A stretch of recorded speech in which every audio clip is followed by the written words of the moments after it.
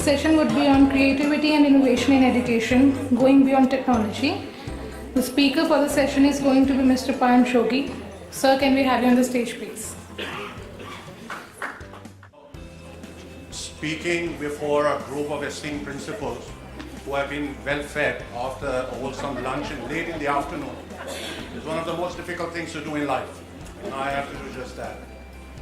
But it's okay. My talk is going to be very brief and it'll get over before you have a chance to fall asleep. So, a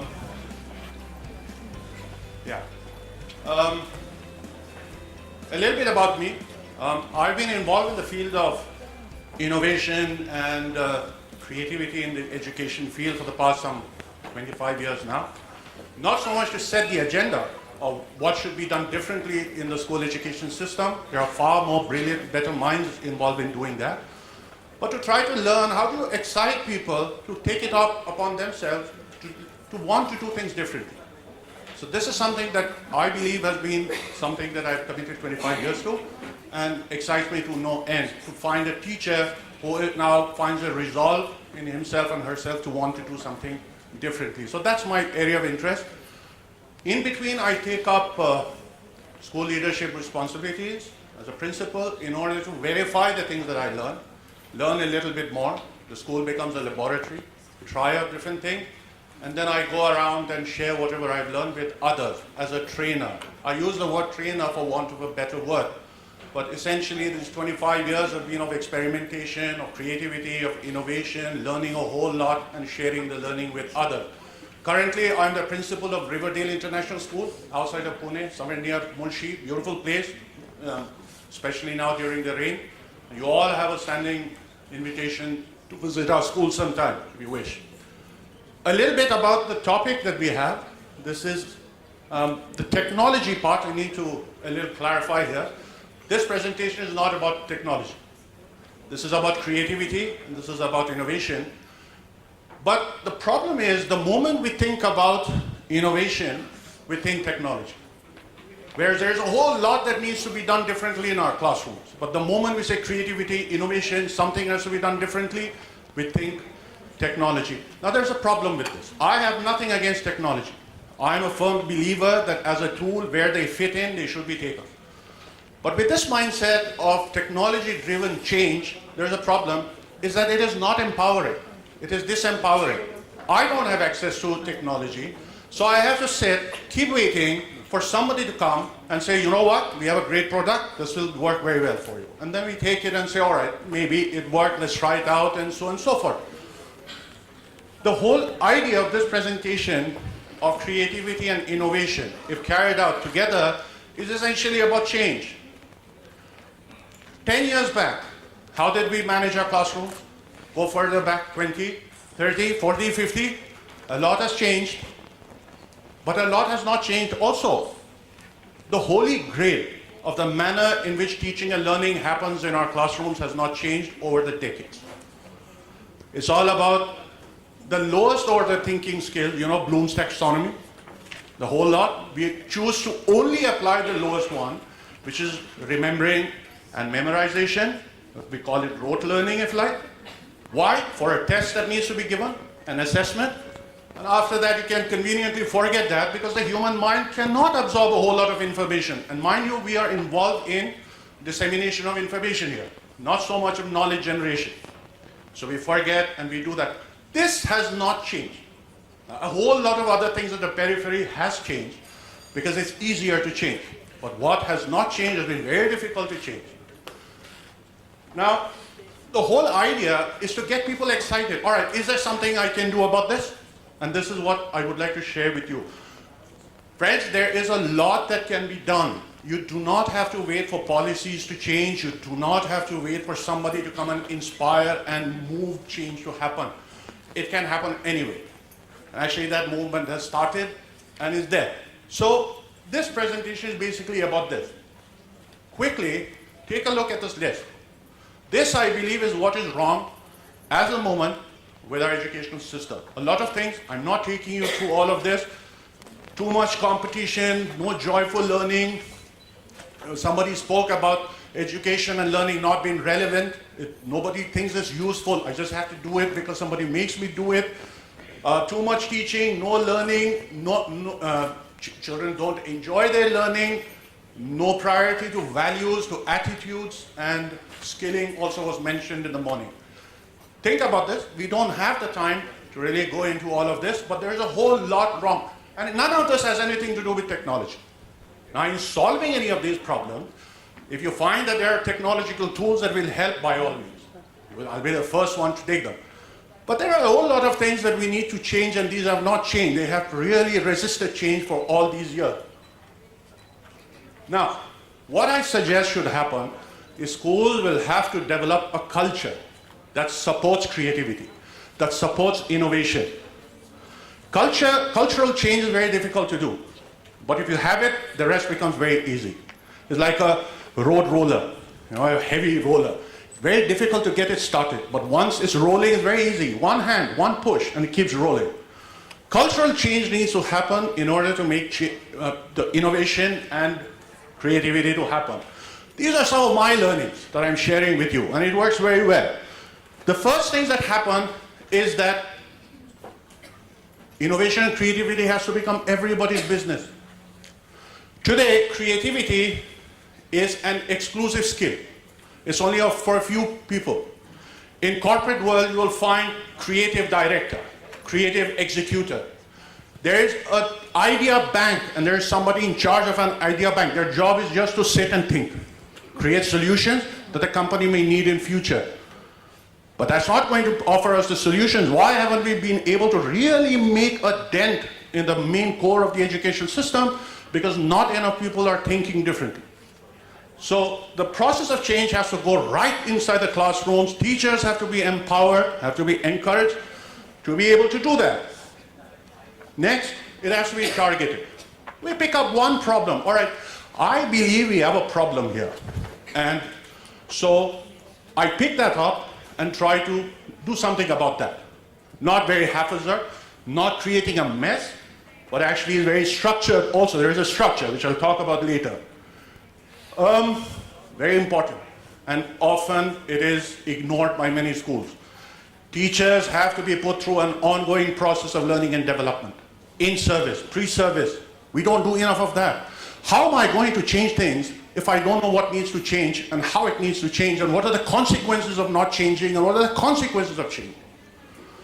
Please, if there's only one thing you take away from this talk, please create an agenda for yourself to put your teachers through an ongoing process of change, of learning and development. Otherwise, we are going nowhere. A predisposition. Why is it that a teacher should learn something new only when you ask her to go and sit in a training? I should take it upon myself to educate myself, look at Google, look at a whole lot of things, and this applies for every one of us. Another problem we have in India, we are very intolerant towards mistakes. Now, we are going to be intolerant towards mistakes. Nobody is going to try out anything differently. And frankly, the only way we want to make mistakes is by doing nothing. We need to create a culture where we are okay with mistakes. We all make mistakes. All right, let's learn from this mistake and create something great. Encourage each other, support each other. It's not easy for somebody to stick out his neck and to come forward and say, all right, I'll try and learn something here. But we need to encourage each other to do that.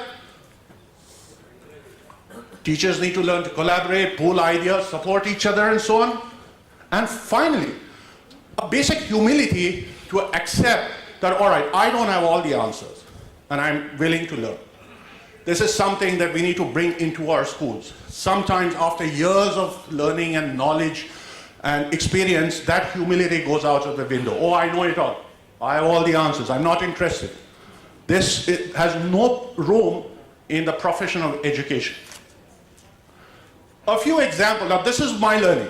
These are some of the things. And I'm giving you bite-sized pieces of things that you can actually do, because this is what I've learned. The first thing is all of us have to be very clear about certain basic concepts. You see, in schools, what are we doing? We are dealing with human beings, children, teachers, parents. Do we know enough about human beings? About human reality? About human nature? Who are we as human beings? How are we superior to the rest of creation? What is the purpose of our life? And so on and so forth. These concepts have to be clear. Do we know enough about education? Beyond what we have studied in B.Ed courses and M.Ed courses and so on? Practical aspects of, I've done this experiment. If I ask 10 teachers about purpose of education, you'll probably get 8 different answers. And that's not good. We need to clarify our basic concepts of where we are. If we have faulty concepts, then the process of change is going to drive itself somewhere else. Now we need to be on track, and this is the starting point. Second, and this is very easy, and this is something doable. Everybody can do it. You can do it, your teachers can do it. Define a problem. Take any simple problem. You want to build capacity? Start simple. Take any simple problem. It could be classroom management, it could be discipline issue, it could be reporting, it could be examination, it could be anything. Define it, identify the guideline. What are some of the principles in there? And that's not so difficult. A click of button, ask Uncle Google and it'll tell you. You find that? Look around for best practices. We are not going to reinvent the wheel each time. A whole lot of things happening around. We pick them up, discuss. Now here's where everybody gets together. They discuss, they ideate, they plan. Now here, if you find technology fits in, do that. Otherwise, you go ahead with the plan. Assign roles. All right, this is what you will do, this is what you will do, and as a principal, this is what I will do, and make sure this happens, and go ahead with it. Act upon the plan, review. After working on the plan for 6 months, we come back, review. How did it go? What kind of course correction needed to be done? Document it. Now, we have something, we have made a dent, we have made a change. Now let's go to a more complex, we have developed capacity. So now we go to a more complex problem. The third, if you've done that, now you are prepared to help others do this. You see, it's a self-replicating system. Mind you, you need the support of your parents. If you're going to do things differently, parents need to be your allies. They need to support you. You need to explain to them why you are doing things differently. Share your learning with others, and of course, help this process. This is something that works very well. I have worked with schools. I am still working with schools who have seen the impact of this process, and they're delighted and they're encouraged and motivated to go ahead with it. Try it for yourself. There are certain levels of people who we have at the moment, and we need to keep pushing them down till they actually become doers. There are some who don't know what to do, and therefore they are doing nothing. You just go in the class and do whatever they have been trained to do or asked to do. Not so good. Then there are some who know, but they don't care. Oh, I know this didactic approach really is not a good thing. I need to have more. Hussein spoke about constructivism, student-centered learning and all of that. But come on, it's a waste of time. I have to finish my portions and therefore, so this is there. But it's still better because they know if you motivate them, they'll start becoming doers, but they're still better. There are some who know, they care, but they can't do anything out of fear or lack of institutional support, and they are not motivated enough by anybody, so they are not able, and they are the ones who really hurt. They can see, I should be doing it this way. The school management doesn't see it, they should do it differently. But they are not being supported, therefore, they don't do much. And finally, these are the champions. These are the champions who, without any excuse, they go and do what they can. They know, they care, and they do. They are the ones who are driving our system. We need more of them. Finally, and I want time. Finally, a mantra for you and for your teacher. Keep asking yourself this question. This is what I've been asking myself for 25 years. Is there a better way of doing this? You may be in the admissions department. You may be a teacher teaching a subject for 20 years. Frankly, if every year teaching a subject is going to be exactly the same as last year, I think I'm dispensable. An audiovisual system would be much cheaper for a principal. You put that up, it's going to just teach the same way every year. Innovation and creativity, children are changing, the manner in which they learn is changing, the whole environment is changing, content is changing, but the teacher refuses to change the manner she teaches. So there's something problem. Therefore, please ask yourself this question all the time, and that's the starting point of becoming an innovator in education. Like many of you, I'm a busy principal. But I keep aside 5 days in a month to work with schools that are keen to explore these ideas a little bit more. So I'm at your disposal. If you wish, this is my email ID. You can be in touch with me and I'll see what I can do. Thank you very much.